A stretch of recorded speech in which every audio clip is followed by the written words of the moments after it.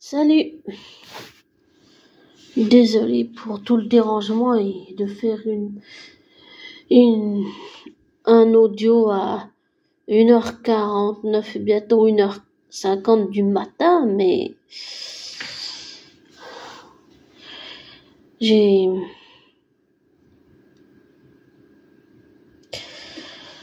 l'actualité du mois est assez intéressante, assez tendue, j'ai envie de dire. Ce que j'ai appris grâce à des youtubeurs comme Gossip Gloss, Sa Giovanna et Dear Chris, c'est choquant quand même. En premier, j'ai bien compris que j'ai découvert aussi en faisant des recherches toute seule, mais j'ai bien compris que l'annonce de Kate, tout ça, j'ai vu la photo de la vraie Kate Middleton et la photo de Lia, vu que Lia copie tous les gestes qu'on fait, et la voix et tout, oui, je pense que c'est pas la vraie Catherine, et que Kate est pas, que c'est vraiment très grave. Et qui monte le palais de Buckingham ment parce que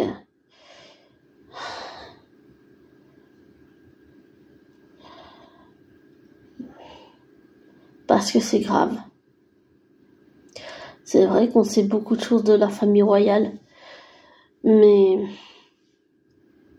je pense qu'ils ont quand même droit à leur intimité aussi, oui. Et je pense que Catherine Middleton a aussi beaucoup de choses à dire. J'ai aussi fait une recherche, j'ai passé toute une soirée à faire des recherches. Bon, c'était intéressant, mais comme on dit, il faut pas croire tout ce qu'on entend sur Internet, il y a tout et n'importe quoi aussi. Mais j'ai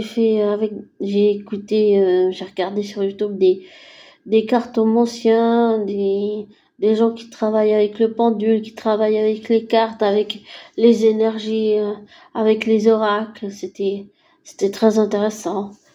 J'ai un peu entendu plein de sons de cloches différents. Certains qui disent qu'elle est morte, certains qui disent que elle est pas morte, mais qu'elle est enfermée quelque part contre son gré. Ça, je pense que oui.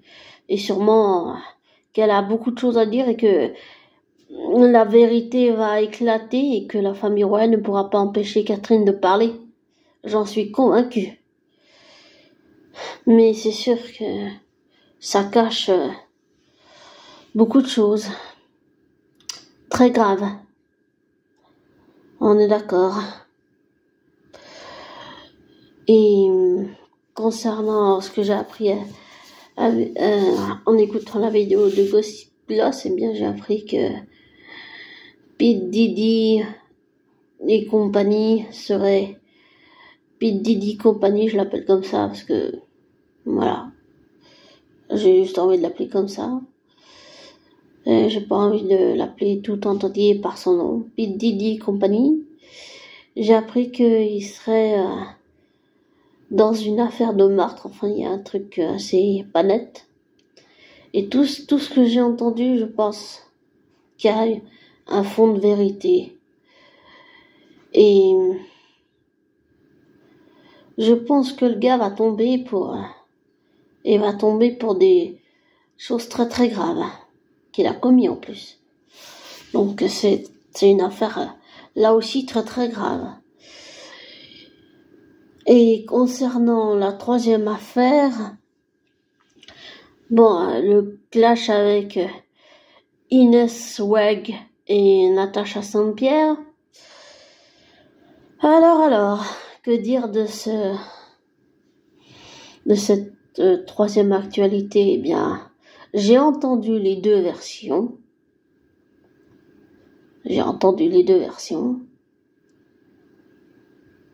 J'ai écouté très très attentivement les deux versions.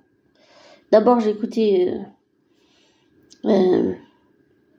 la vidéo de Dear Chris, mais entre-temps, j'ai écouté la version de Natacha Saint-Pierre. Après, j'ai écouté la vidéo de Dear Chris où Inès Reg et Natacha donnent les deux versions, et apparemment ça a été filmé par Danse avec les stars. Donc je pense que Natacha a voulu faire une blague et c'est juste parti en couille, comme on dit vulgairement. Désolé, hein, mais désolé du terme, mais c'est un peu ça le truc. Des fois, on fait des blagues, on pense que c'est marrant, et puis en fait, non, c'est pas marrant. Et oui, j'ai vécu le racisme toute ma vie, je l'ai encore vécu, oui, je le vis encore, mais beaucoup moins qu'avant, avec les années. On laisse dire les gens, on se dit, ouais, ben, voilà. Tant pis. Même si ça nous atteint, oui, d'accord. C'est sûr que c'est blessant, que Natacha aurait pas dû dire ça, c'est vrai.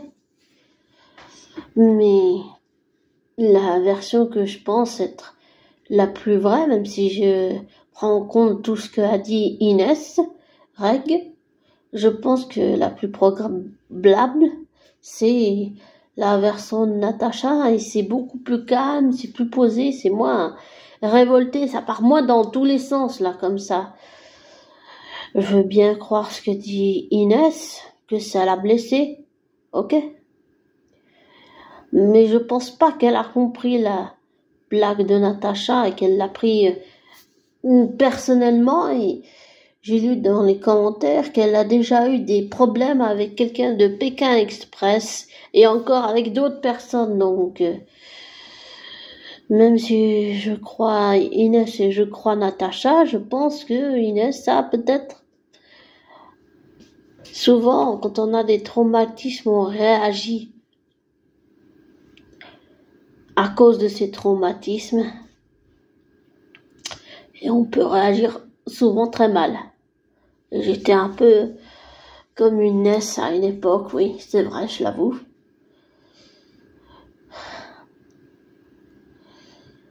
Et le fait que j'ai harcelé ma flamme jumelle n'a pas arrangé les choses, on est d'accord. Bon, après, je me suis dénoncé à la police. Il le sait pas, mais je l'ai fait parce que je pensais que c'était la chose à faire, parce que j'avais peur de ce que j'avais fait, parce que j'avais peur de savoir jusqu'où j'étais allée. Et je voulais porter plainte contre moi pour le protéger lui. Donc voilà, bon, c'est pas aller plus loin, mais le policier à qui j'ai parlé, il a été très calme, il a été très posé, et il a surtout essayé de me calmer parce qu'il sentait que j'étais complètement paniquée, ça partait dans tous les sens. Et l'impression que j'ai, c'est que Inès, oui, elle est blessée, mais elle est paniquée aussi. Oui, je comprends, pour avoir vécu moi-même en étant d'origine indienne le racisme. Je sais exactement ce que ça fait. Oui, il y a aussi des blagues que j'ai pas compris. Et que les autres se foutent de ma gueule, et puis alors? Je pense, avec le recul, toutes les années que j'ai fait, tout le travail que j'ai fait, avec le travail de Céline Sommer que je viens de faire actuellement, ça me permet de voir les choses peut-être différemment, sous un autre angle. Et il faudrait que je voie la vidéo où c'est filmé, mais avec Natacha et Inès. Mais c'est vrai que quand Natacha a expliqué sa version, c'est vrai que c'était choquant quand même.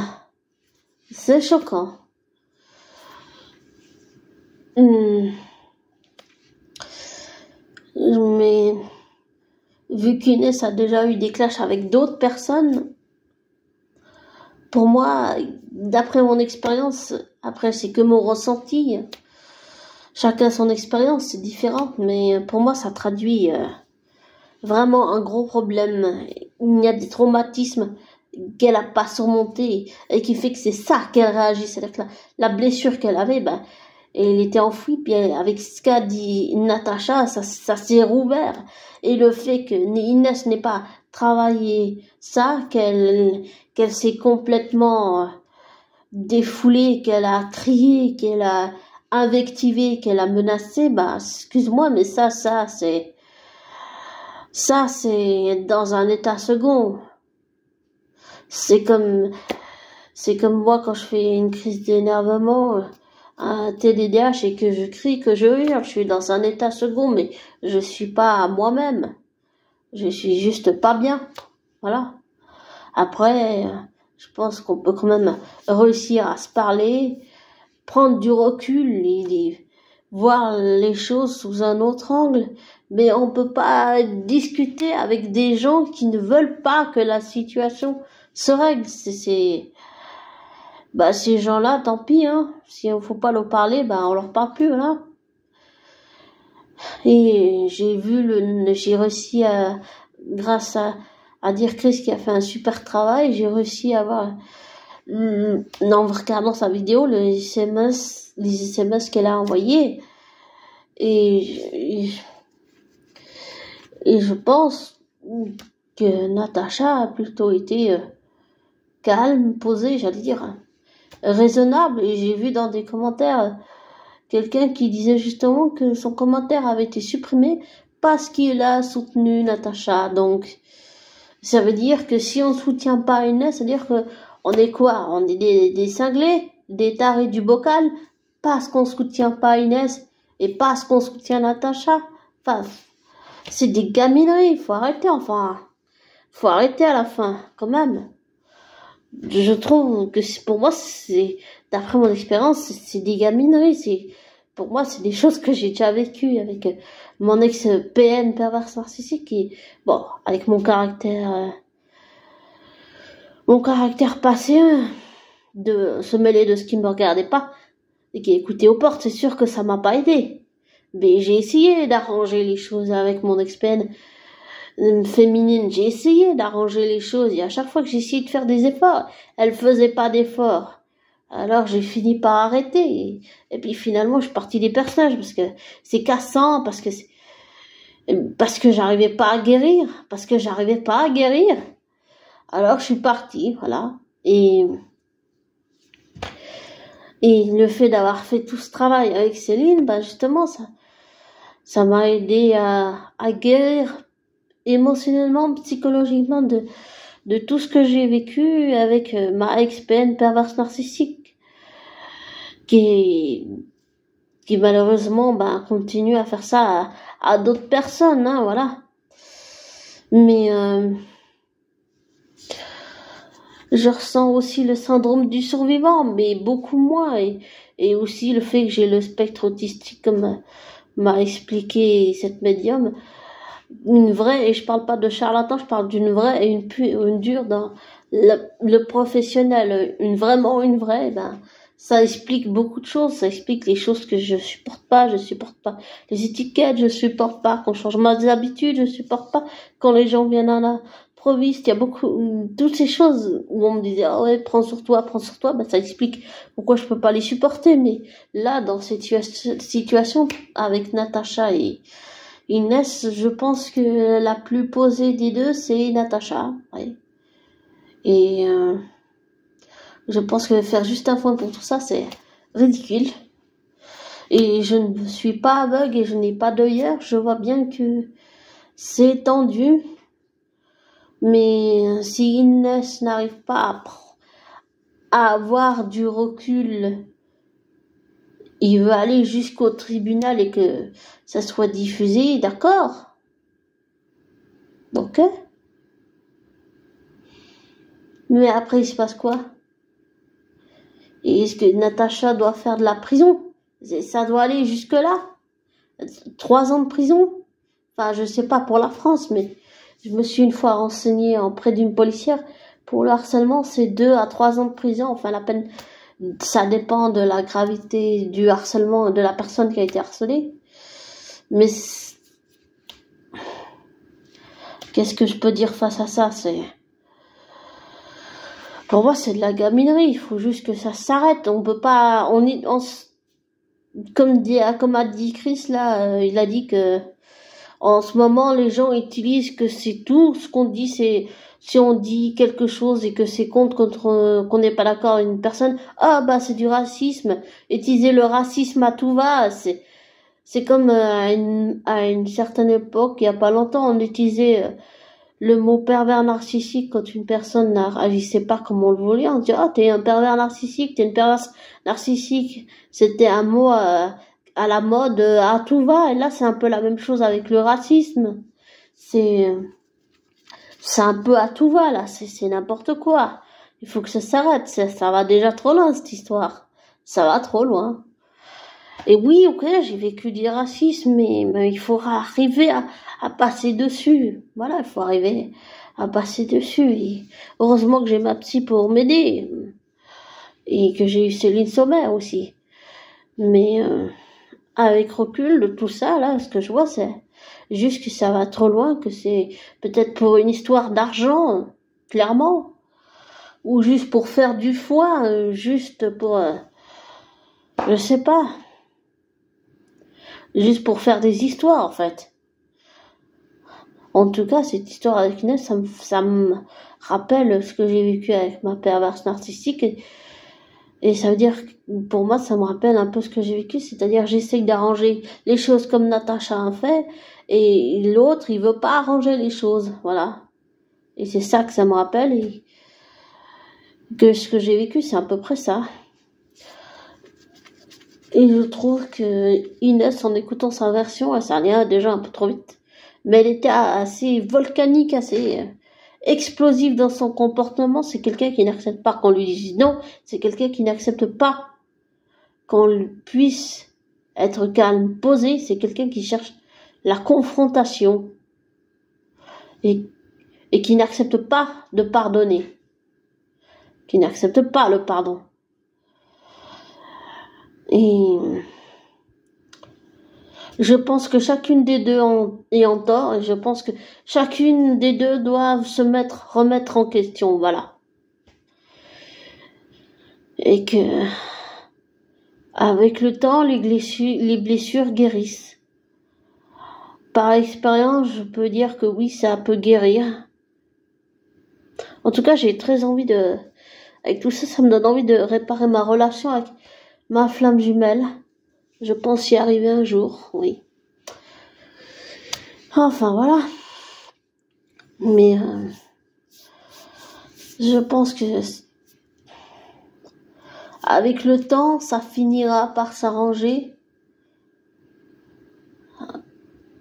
Quand Inès se sera calmée. Voilà. Et souvent, les enfants qui n'acceptent pas qu'on leur dise non, pètent un plomb. Et comme j'ai dit avant, pour moi, c'est juste une histoire de